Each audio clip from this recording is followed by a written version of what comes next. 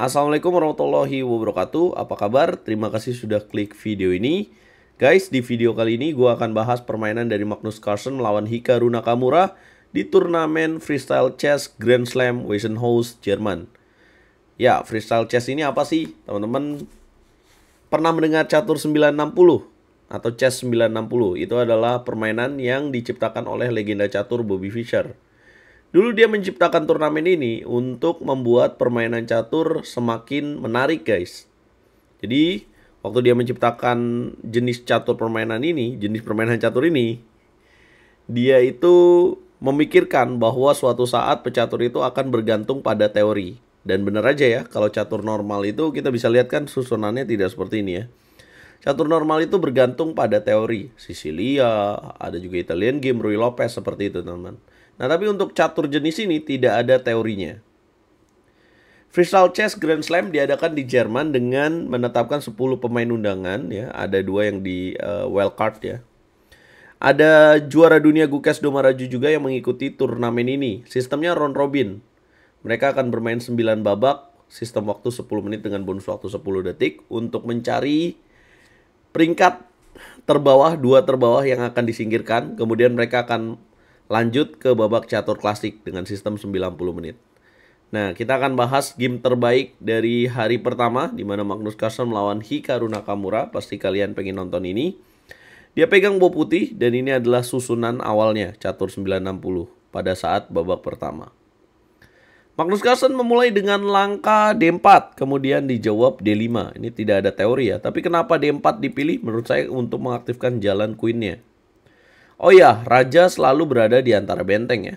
Jadi nanti mungkin kita bisa lihat rokade yang mungkin akan mengagetkan buat kalian yang belum pernah nonton Freestyle Chess. Kemudian F3 dimainkan, sepertinya ingin memperebutkan petak center, tetap ya. Kemudian hitam di sini mainkan langkah gajah B5. Ya, tanda tanya, tapi ini kalaupun salah ya, dapat dimengerti lah bahwa ini memang hitungan pemainnya aja. Jadi ini benar-benar tidak ada teorinya. Ya menurut Hikaru ini langkah yang terbaik. Karena dengan langkah gajah B5 kenapa salah, mungkin langsung diancam ya. A4, kemudian gajah ke petak A6. Kemudian putih kuda ke petak F2, hitam mainkan langkah kuda ke petak G6, putih kuda D3, langkah yang salah juga. Ya, dianggapnya di sini adalah langkah F4 yang lebih tepat, tapi tidak tahu teorinya. Oke, makan. Kemudian dimakan lagi dengan benteng, E5 dimainkan, kemudian E3 menjaga pion, struktur pion, kemudian kuda ke petak F6. Putih mainkan langkah benteng B3, ini ngeri ya. Ancaman gajah ke petak A6 langsung ingin dimainkan. Kemudian hitam menjawab dengan langkah A6. Putih mainkan langkah G4. Hitam C5, gebuk. Kemudian digebuk lagi dengan queen, kuda E2. Gajah ke petak D6 keluar. Kemudian kuda ke petak G3, mau ngambil petak F5. Jadi sini ada kesempatan lain buat putih ya, untuk lebih baik, yaitu dengan langkah posisional A5. Ya, untuk membuat fix weakness di petak B7. Ya, kuda G3 juga sebenarnya bagus ya, tujuannya untuk kuda F5. Hitam menjaga dengan kuda ke petak E7, putih benteng C3, menteri ke petak A7. Dilanjutkan dengan langkah A5. Ya, posisi ini kita bisa lihat ya, sekilas enak buat hitam. Sekilas enak buat putih. Gajah ke petak B4, benteng ke petak B3. Gajah gebuk, digebuk lagi dengan queen. Kemudian kuda ke petak C6, bukan langkah yang tepat ya, harusnya di sini menteri C5. Ya, apa yang salah dari kuda ke petak C6? Ya, dia meninggalkan petak F5 dan di sini putih harusnya bisa mainkan langkah kuda ke petak F5. Apabila G6 ada langkah lanjutan yaitu menteri C3 mengancam kuda di petak C6. Ya, sayang tidak dimainkan dan lebih memilih langkah G5.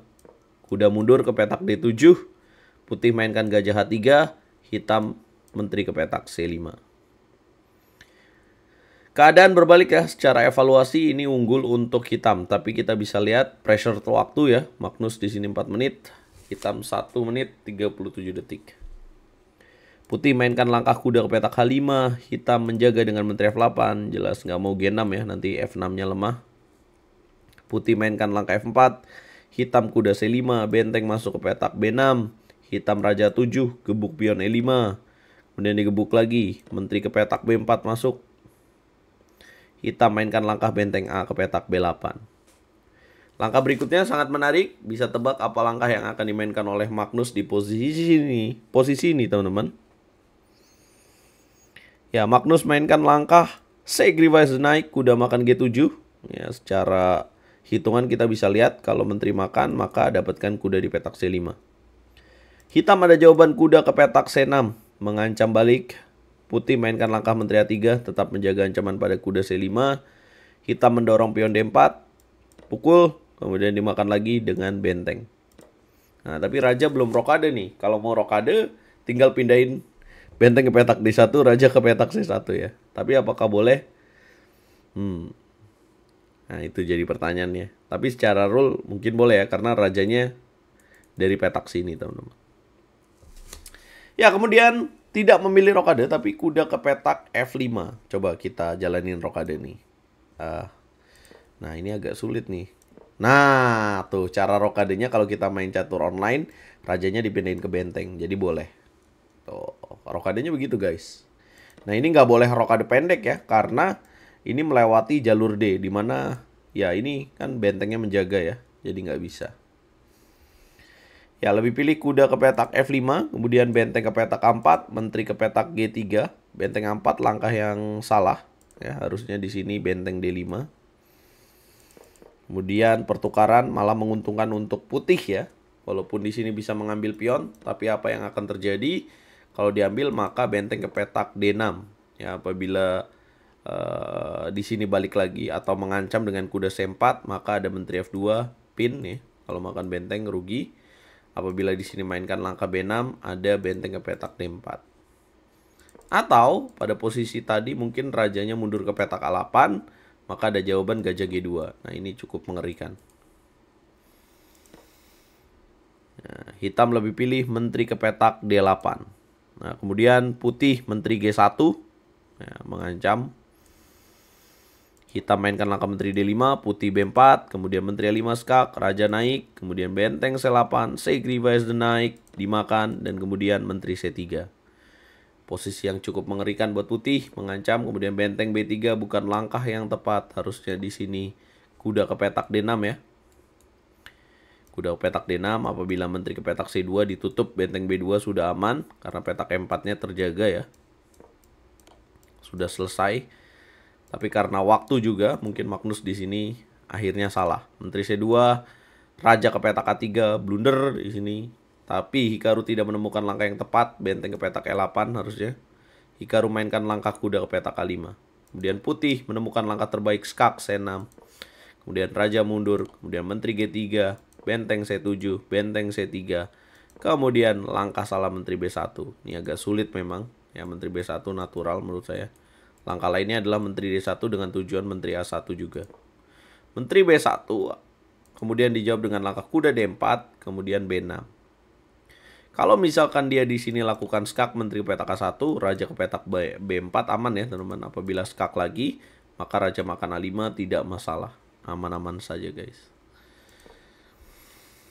Ya, kemudian B6, menteri masuk ke petak D6, menteri A1 skak, raja B4, kuda B7, langkah kejutan dari Hikaru. Kalau dimakan benteng kena, putih mainkan langkah menteri F8 skak, raja A7, dan coba tebak langkah pamungkas dari Magnus Carlsen untuk bisa menang guys.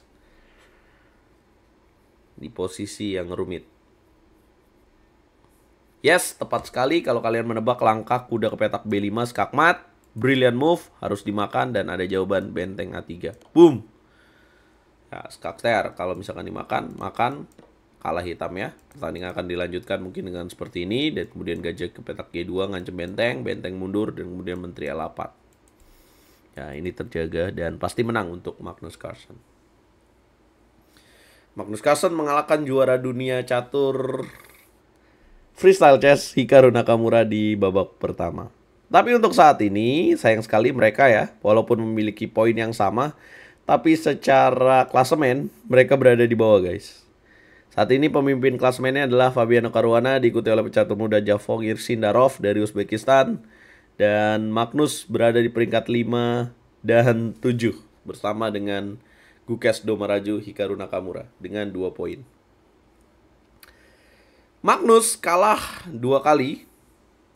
Ya, di hari pertama. Sorry, 3 kali. Oleh Caruana, oleh Fedoshev, dan Javong Sindarov. Ya mungkin Magnus nggak serius ya, karena ini kan untuk menyingkirkan 2 orang aja, 2 terbawah nih, Fedoshev dan Levon Aronian.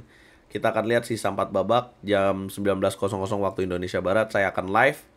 Jangan lupa nonton. Siapa kira-kira yang akan menjadi 8 pemain yang akan lolos ke babak berikutnya. Oh iya, total hadiah di turnamen ini 750.000 US dollar ya. Jadi lumayan besar guys. Bukan lumayan sih, emang besar gitu ya.